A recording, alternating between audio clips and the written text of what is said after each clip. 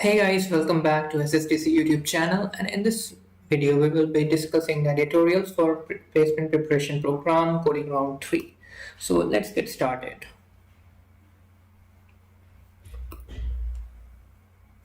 So the first problem is maximizing XOR. Given two integers L and R, find the maximum value of A XOR B, that is A XOR B, where A and B simplify the following conditions. Okay, तो हमें दो number दिए हैं L और R, sorry A और B, जो L और R के रेंज में होंगे और हमें बताना है कि मैक्सिमम एक्सओर कौन सा होगा L और R की रेंज में, और वो A और B निकालना है हमको। ओके, तो इसमें हम सबसे पहले क्या कर सकते हैं, कॉन्स्टेंट्स देखते हैं कि L और R जो है दोनों ही 10⁻³ से कम होंगे। तो अगर इसको हम ब्रूट फोर्स की मदद से सोचें तो अगर 1 से 10⁻³ है और इसमें से मैं कोई भी एक नंबर चूज कर रहा हूँ तो वो लेट से A है, फिर मैं वापस एडिट कर रहा हूँ पूरे को और वो नंबर B है, तो भी मेरी कॉम्प्लेक्सिटी 10⁻³ टू 10⁻³ अगर O n स्क्वायर में भी कर रहा हूँ तो वो 10⁻6 है, तो उसमें हो जाएगा। तो इसको मैं आराम से ब्रूट फोर्स से कर सकता हूँ। ओके, तो मैं वही करूँगा। So what am I gonna do, क्योंकि हमको चाहिए कि मैक्सिमम ज़ॉर वैल्यू चाहिए, तो इनिशियली आंसर को अज्यूम कर लेते हैं 0। ओके, एंड आफ्टर दैट, अच्छा हाँ, तो हम सिंपली हम क्या करेंगे, एक फॉर लूप इटरेट करेंगे स्टार्टिंग फ्रॉम L, और दूसरा नंबर जो है वो हम कहाँ से कहाँ तक लेंगे, स्टार्टिंग फ्रॉम i+1, क्योंकि किसी का भी नंबर का ज़ॉर खुद से करेंगे तो वो 0 ही आएगा, तो हम एक नंबर आगे से स्टार्ट करेंगे। and j less than equal to r, j plus plus, so I can just say answer will be the maximum value of answer and I XOR j, and finally I can just return the answer. So let's try running this code.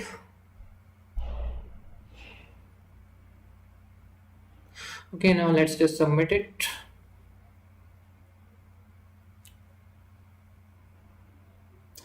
Alright, so we have solved the first problem. Now let's move on to the second problem. The absolute difference is the positive difference between two values A and B. Okay, and we are given an example.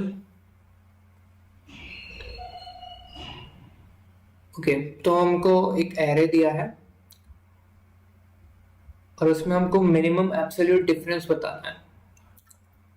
तो वो कैसे बता सकते हैं, for example इनका एक example consider कर लेते हैं। लेट्स से जैसे ये वाला -2, 2 और 4, तो एब्सोल्यूट डिफरेंस बताना है किसी भी दो नंबर्स के बीच में। तो जैसे या तो पेयर्स क्या बन रहे हैं, -2,2, -2,4 और एक 2,4, तो ऐसे तीन पेयर बन रहे हैं। अब इसमें से एब्सोल्यूट डिफरेंस इधर क्या होगा, -2, तो यहाँ पे 4 हो गया, यहाँ पे क्या हो जाएगा 6 हो जाएगा, और यहाँ पे हो जाएगा 2, तो मिनिमम एब्सोल्यूट डिफरेंस 2 हो गया। तो अब हमको ऐसा करना है कि हमें मिनिमम ही मिले एब्सोल्यूट डिफरेंस। तो वो कब मिलेगा, जब दो नंबर अगर क्लोज होंगे, जितने ज़्यादा क्लोज होंगे। जैसे अगर हमको कुछ इस तरह दिया होता है 13, 2, 5, 7, तो अब हम हर एक नंबर को दूसरे नंबर से पेयर बना के चेक करेंगे तो उसमें बिग ऑफ n स्क्वायर हो जाएगी कॉम्प्लेक्सिटी। तो इसको हम ऑप्टिमाइज कैसे कर सकते हैं, हमें एक चीज़ नोटिस करनी है कि मिनिमम डिफरेंस कब होगा, जब दो नंबर क्लोज होंगे, ए और बी जितने ज़्यादा क्लोज होंगे आपस में। तो इसको सॉल्व करने के लिए इसको ऐसे देखो, इसको अगर मैं सॉर्ट कर लेता हूँ तो ये 2, 5, 7 और 13 है।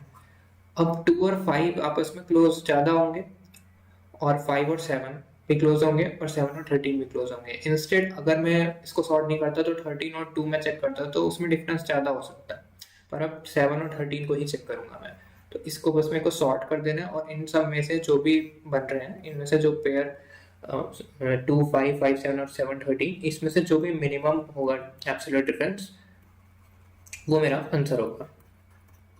ओके, और इसकी कॉम्प्लेक्सिटी कितनी हो जाएगी? Big of n log n। Okay, so let's just solve it now.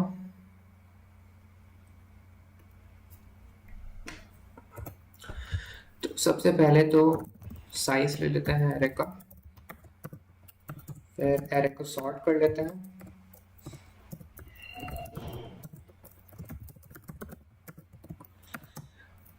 और अब हमें आंसर चाहिए मिनिमम। तो इनिशियली आंसर को मैक्सिमम मान लेते हैं इंट मैक्स से, और अब डिफरेंस को चेक करते जाते हैं from i equals to 1 to I less than n। So answer will be the minimum of answer and array I minus array of I minus 1, and then we can simply return this answer. Let's try running this code.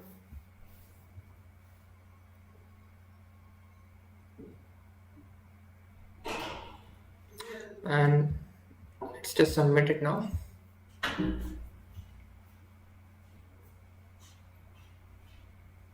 Okay, so we have solved this problem successfully. Now let's move on to the third problem, which is sum versus XOR. So given an integer and find each x such that n plus x is equals to n XOR x and x lies in the range from 0 to n. Okay, so basically हमको एक number दिया जाएगा n। अब हमको क्या करना है, let's say जैसे n इक्वल्स टू 5 था, तो इसमें अब हम क्या कर सकते हैं, 0 से लेकर n तक 0, 1, 2, 3, 4, 5 इन सभी नंबर्स में ऐसे देख सकते हैं कि n में किसको ऐड करें जिससे n और x बन जाए। लेट्स से x में मानता हूँ ये, तो मुझे वो नंबर बताना है जिनमें n plus x is equals to n XOR x है। जैसे अगर x 0 है तो 5 प्लस 0 क्या बराबर है 5 XOR 0 के, तो ये सही है। 5 प्लस 1 होता है 6, और 5 XOR 1 अगर करें तो वो कितना हो जाएगा, वो हो जाता है 4, तो ये सही नहीं है। और इसी तरह 5 प्लस 2 होता है 7, और 5 XOR 2 करें तो वो हो जाता है 7, तो ये भी सही है। तो 0 सही है, 1 गलत, 1x नहीं हो सकता, 2 हो सकता है, और इस तरह आप चेक करोगे तो 3, 4 और 5 भी नहीं हो पाएंगे। तो इसमें केवल 2 ऐसे x पॉसिबल हैं जिससे n plus x equals to n XOR x है, तो इसका आंसर 2 होगा। अब इसको सॉल्व कैसे करना है, एक तरीका तो ये है कि हम जैसे जो भी n दिया है हमें, अगर ब्रूट फोर्स देखें कि हम फॉर i इक्वल्स टू 0 से i less than equal to n एक लूप चला लें, और मैं बस चेक कर लें कि if n plus x is equal to n XOR x, तो हम आंसर प्लस प्लस कर लें। पर इसमें जो कॉम्प्लेक्सिटी है वो बिग ऑफ n हो जाएगी, और अगर हम कॉन्स्ट्रेंट्स देखें तो 10 to the power 15 तक है, तो हमको थोड़ा बेटर कॉम्प्लेक्सिटी चाहिए।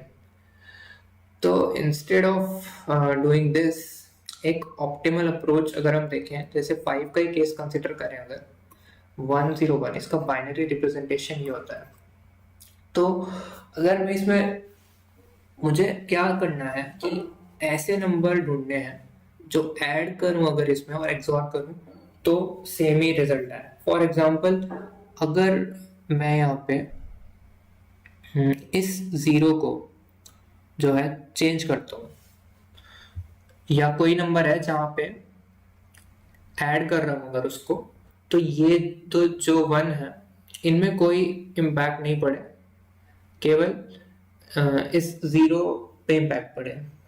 जैसे 5 में अगर मैं क्या कहते हैं हमसे, हाँ 0, 1, 0 ऐड कर देते हैं, ठीक है, तो इसका जो सम आता है वो क्या आता है 1, 1, 1, और इसका ही अगर मैं XOR कर लेता हूँ 0, 1, 0 से, तो भी 0, 1 का 1 आएगा, 1, 0 का 1 आएगा, और 0, 1 का 1 आएगा।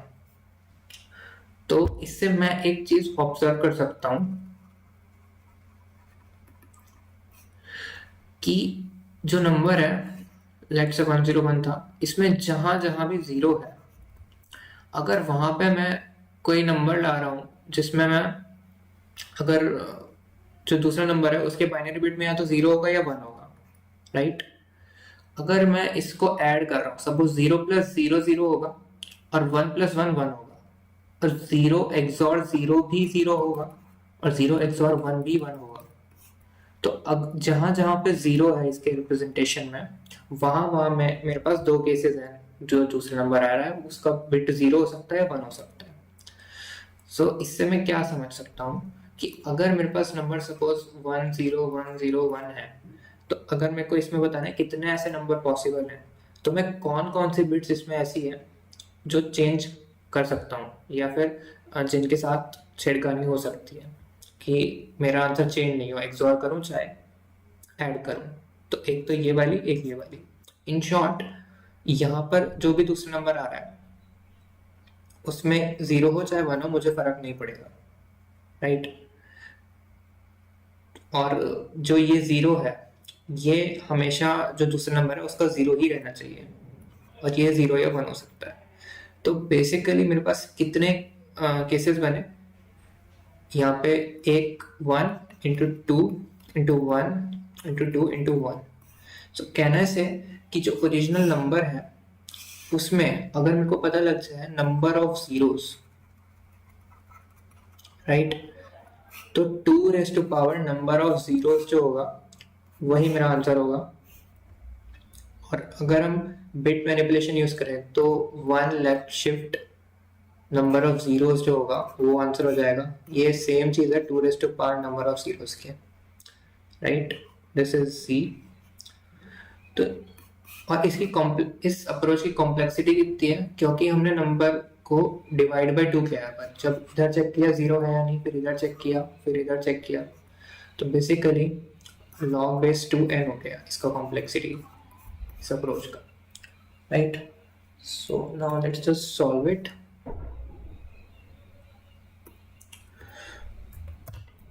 Okay, so let's say that log z, z means the number of zeros। पहले काउंट करेंगे कि n में zeros कितना है। अब while n is greater than 0, हमें लास्ट बिट चेक करते जाएंगे हर बार कि if n and 1 is 0, that is last bit अगर 0 होगी तो वो पता लग, लास्ट बिट n and 1 हमें लास्ट बिट दे देगा n की, और अगर वो 0 है तो हम काउंट बढ़ा लेंगे हमारे 0 का, और इसको राइट शिफ्ट कर लेंगे बाय 1। ठीक है, अब सॉरी n को राइट शिफ्ट करेंगे 1 से। इसको करने के बाद हमारे पास नंबर ऑफ जीरो हो जाएंगे इस नंबर में, और हमें रिटर्न क्या करना रहेगा, 1 left shift number of zeros. अब यहाँ पर एक चीज और जो करनी पड़ेगी, क्योंकि कॉन्स्ट्रेंट्स के हिसाब से इंटीजर को ओवरफ्लो कर सकता है, तो ये जो नंबर होगा 1 लेफ्ट शिफ्ट लेफ्ट, ये जो है हमारा लॉन्ग लॉन्ग हो सकता है, तो इसको 1 LL कर लेते हैं। Okay, now let's just try running this code.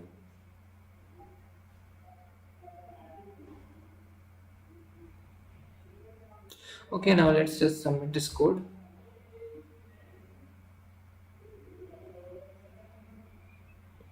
So we have solved this problem successfully. Now let's just move on to the last problem, which is Priyanka and toys. So Priyanka works for an international toy company that ships by container. Her task is to determine the lowest cost way possible for her orders for shipping. And so you can read this problem statement. I have already read it, so I will just simplify the statement for you. Let's consider an example.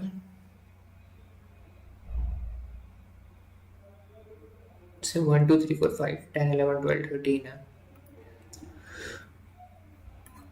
1 2 3 4 5 10 11 12 13। Okay, so basically क्या करना है, हमारे पास ये कुछ items हैं और इनके ये वेट्स हमें गिवन है। हमको इनको कंटेनर्स में पैक करना है, और वो इस तरह कि जैसे अगर मैंने एक कंटेनर में 1 को डाला, या फिर लेट्स से 1 2 3 4, मेरे को नंबर ऑफ कंटेनर्स बताना है कि मुझे मिनिमम कंटेनर्स कितने लगेंगे कि सारे आइटम्स जो है कंटेनर्स में चले जाएं। कंडीशन ये है कि जैसे अगर मैं 1 डाला यहाँ पे, तो इस कंटेनर में अभी क्या है, 1 है। अब मैं नेक्स्ट आइटम देखूँ 2, तो मैं एक कंटेनर में डालने की कंडीशन ये है कि जो मिनिमम आइटम है कंटेनर में, जैसे अभी 1 है, तो उसका जो डिफरेंस है अगले आइटम से, वो 4 या उससे कम होना चाहिए। जैसे 2 माइनस 1 तो 1 ही होता है, तो 4 से कम है तो 2 को भी इधर डाल सकते हैं। फिर 3 का देखो, मिनिमम कौन है इस कंटेनर में, भी 1 है, तो 3 माइनस 1 जो है वो भी 2 है, वो अभी भी 4 से कम है, तो 3 भी इधर आ जाएगा। 4 को देखें तो 4 को मिनिमम नंबर कौन है कंटेनर में, 1 ही है, तो 4 माइनस 1 जो है वो 3 हो जाएगा। तो 3 भी 4 से कम है, तो यहाँ पे 4 भी आ जाएगा। अब 5 को देखो, तो इस कंटेनर में अब चेक करना है मुझे क्या मैं डाल सकता हूँ, तो 5 भी आ जाएगा, क्योंकि 5 में से मिनिमम नंबर 1 था, तो 4 है, तो लेस देन इक्वल टू 4 वाले आ जाएंगे। बट जैसे ही अब 10 पे आऊंगा, तो इस कंटेनर में मिनिमम कौन है, 1, तो 10 माइनस 1 हो जाएगा 9, विच इज ग्रेटर देन 4, तो इस कंटेनर में नहीं आएगा, मुझे एक नया कंटेनर लेना पड़ेगा, इसमें 10 आएगा। ठीक है। अब दूसरा जो नंबर है वो है 11। 11 को मैं चेक करूंगा किस कंटेनर में डाल सकता हूँ, तो 11 जो है उसको मैं देखूंगा क्या मैं इस कंटेनर में डाल सकता हूँ पहले वाले में। तो 11 में से जो मिनिमम नंबर है इस कंटेनर में उसको माइनस करो, तो 11 माइनस 1 क्या आ गया, 10। 10 जो है वो ग्रेटर देन 4 है, तो इधर नहीं डाल सकता। फिर मैं दूसरे कंटेनर में देखूंगा, दूसरे कंटेनर में मिनिमम नंबर क्या है, 10, तो 10, और अभी कौन सा नंबर है, हाँ 11 माइनस 10, तो आ रहा है 1, जो लेस देन इक्वल टू 4 है, तो इधर मैं डाल सकता हूँ, तो यह 11 आ जाएगा। इसी तरह आप देखोगे कि 12 और 13 भी इस वाले कंटेनर में आ जाएंगे, तो मेरे को मिनिमम कंटेनर 1 और 2, तो इसका आंसर 2 हो जाएगा। जैसे 1 2 3 4 5 एक कंटेनर में, 10 11 12 13 एक कंटेनर में। तो ऐसे हमें कंटेनर्स बताने हैं जिसमें जो डिफरेंस है between any weight and the minimum weight of that container should be less than equal to 4। तो अब तक आइडिया लग ही गया होगा कि हमें क्या करना है। ये जो वेट्स हैं ये रैंडम ऑर्डर में दिए हैं, तो अगर हमको जो डिफरेंस है वो लेस देन इक्वल टू 4 चाहिए, तो इसमें भी हम पहले सॉर्ट कर लें इसको, तो बेटर रहेगा हमको। जैसे यहाँ पर फर्स्ट कंटेनर जो था, अगर ये इस केस में तो सॉर्टेड ही है, तो इसलिए इधर आ गए सारे, फिर सेकंड केस में इधर। बट अगर ये सॉर्टेड नहीं होता तो हमको फिर थोड़ी प्रॉब्लम होती। तो पहले हम मेरे को सॉर्ट कर लेंगे, सॉर्ट करने के बाद क्या है, मुझे वापस से इस कंटेनर में चेक नहीं करना पड़ेगा। अगर मैंने एक बार इधर आ गया इस कंटेनर में, तो मैं आगे के सारे एलिमेंट्स इसी कंटेनर में या एक नया कंटेनर बनाऊंगा, पहले वाले कंटेनर्स का मुझे चेक नहीं करना पड़ेगा। तो वही मैं करूंगा। सबसे पहले तो साइज ले लेते हैं, इसका साइज कितना है, फिर इसको सॉर्ट कर लेंगे।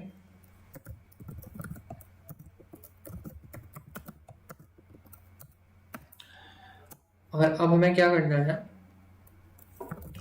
स्टार्टिंग से आप आइटरेट करेंगे पूरे एरे में फ्रॉम इंडेक्स 0, और दूसरा पॉइंटर बना लेते हैं जो इस पे पॉइंट कर रहा है, और आंसर होगा कि हमें कितने कंटेनर मिनिमम चाहिए, राइट। तो अब क्या करेंगे, while j is less than n, और जो वेट ऑफ j है माइनस वेट ऑफ i है वो लेस देन इक्वल टू 4 है, तो हम कह सकते हैं j को प्लस प्लस कर देंगे। और जैसे ही ऐसा वेट मिलेगा जो इस कंटेनर में नहीं आ सकता, तो हम क्या करेंगे, आंसर प्लस प्लस कर देंगे कि एक कंटेनर हमारा पूरा हो चुका है, अब नेक्स्ट कंटेनर में देखेंगे, तो i को बराबर j कर देंगे और आगे आइट्रेशन करते रहेंगे, और बस यहाँ पे आंसर रिटर्न कर देंगे। And I think that's it. So let's just try running this code. Let's submit it.